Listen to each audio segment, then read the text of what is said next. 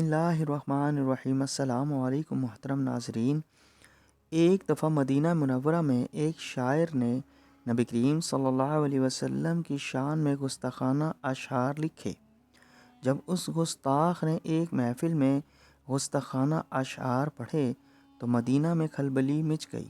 صحابہ کا ایک گروہ مسلح ہو کر اس شاعر کے گھر گیا اور اسے گرفتار کر کے مسجد نبی میں لا کر باندھ دیا گیا۔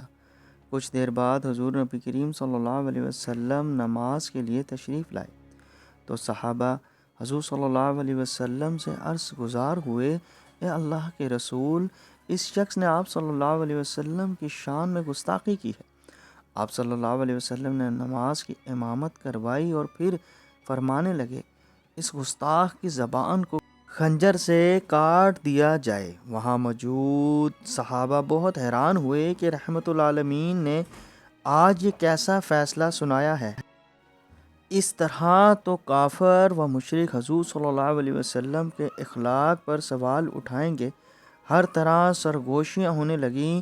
آپ صلی اللہ علیہ وسلم کے داماد حضرت علی رضی تعالی عنہ بھی پاس بیٹھے تھے۔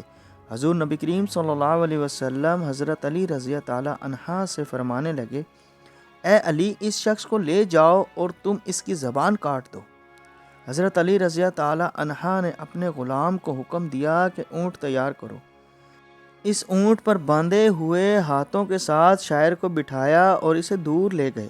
حضرت علی رضی تعالی عنہ نے کچھ دور لے جا کر اس شاعر کے ہاتھ کھولے اور اسے 500 درم دے کر کہا، جاؤ تم آزاد ہو۔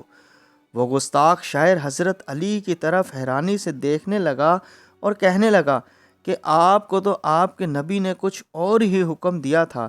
حضرت علی رضی تعالی عنہ فرمانے لگے، مجھے خیر انبیاء نے جو حکم دیا تھا میں عین اسی پر عمل کر رہا ہوں۔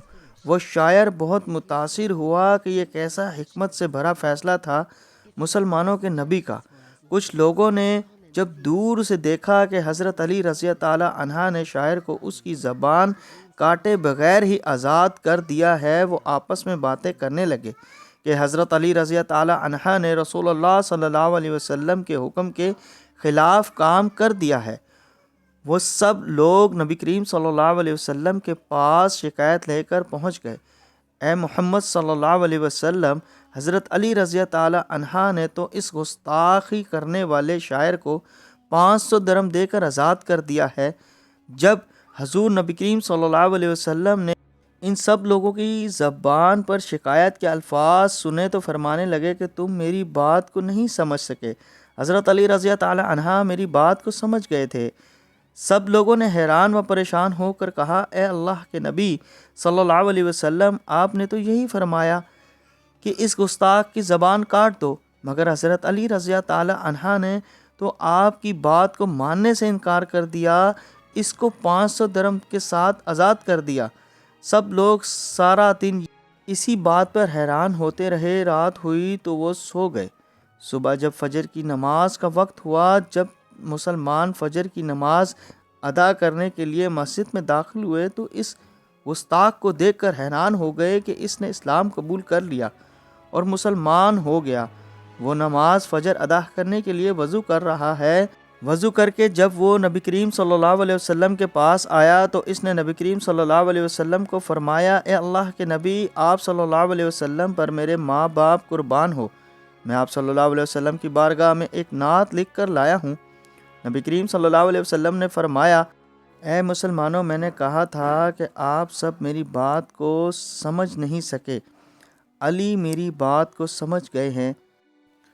حضرت علی رضی تعالی عنہ نے اس گستاخی کی گستاخ والی زبان کو کاٹ کر رسول اللہ صلی اللہ علیہ وسلم کی نعت پیش کرنے والی زبان میں بدل دیا تھا۔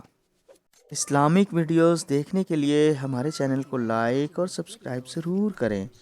نیک دعاؤں کے ساتھ اپنا خیال رکھیں۔ اللہ حافظ۔